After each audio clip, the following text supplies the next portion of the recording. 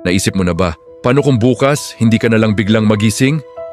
Madalas nating sabihin na ang Diyos ang may hawak ng lahat, kasama na ang ating buhay. Pero ang tanong, ang pananampalataya mo ba ay talagang sa iyo? O isang bagay lang na itinuro sa iyo mula pagkabata? Sinasabi nila na ang Diyos ay nakakaalam ng lahat, ang nakaraan, ang kasalukuyan, at ang hinaharap. Kung totoo iyon, para saan pa ang lahat ng ito? Bakit kailangan niyang lumikha ng bilyon-bilyong kaluluwa kung alam niyang karamihan ay mapupunta lang sa pagdurusa? Anong klaseng Diyos ang gagawa ng isang laro kung saan ang pagkatalo ay garantisado na mula sa simula? Sabi sa kasulatan, winasak niya ang Sodom at Gomorrah, nilunod ang buong mundo sa baha. Pero kung alam niya ang hinaharap, alam din niyang babalik ang kasamaan at marahil mas malala pa. Hindi ba parang paulit-ulit na kabiguan? O baka hindi ito kabiguan, kundi isang disenyo? Baka ang Diyos na itinuro sa atin ay iba sa Diyos na tunay na lumikha ng lahat. Baka ang mga aklat na ito ay hindi para palayain tayo, kundi para itali tayo sa takot. Dahil kapag takot ang nagkokontrol sa iyo, hindi ka na magtatanong. Susunod ka na lang, tatango, at sa huli, may ibang nakikinabang sa iyong debosyon. Kaya ang tanong, sinasamba mo ba ang tunay na may lalang o isang kwentong isinulat lang ng tao para kontrolin ka?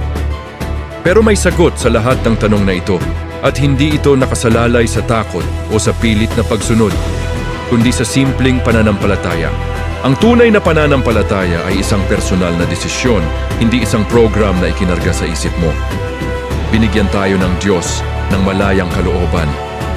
Malaya tayong pumili, maniwala, magduda, magtanong, o kahit tumalikod.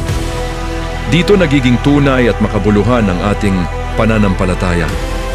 Ang kasamaan at mga pagsubok sa mundo ay hindi kabiguan ng Diyos. Ipinapakita lang nito na binigyan niya tayo ng kalayaan. Kahit pa may kaakibat itong panganib at sakit. Ang mga kwento tulad ng malaking baha o ang Sodom at Gomorrah ay mga paalala. Mga paalala ng pagbibigay ng pangalawang pagkakataon, ng pagtuturo sa tao na bumalik sa tamang landas. At kung may mga taong gumagamit ng relihiyon para sa sariling kapangyarihan, iyon ay kakulangan ng tao, hindi ng Diyos. Ang Diyos na ipinakilala sa atin sa pamamagitan ni Kristo ay isang Diyos ng pag-ibig. Siya ay naglingkod, nagmahal, at nag-alay ng buhay para iligtas tayo, hindi para kontrolin. Kaya sa huli ang tanong ay para sa iyo. Sinasamba mo ba ang Diyos na tunay na nagmamahal sa iyo?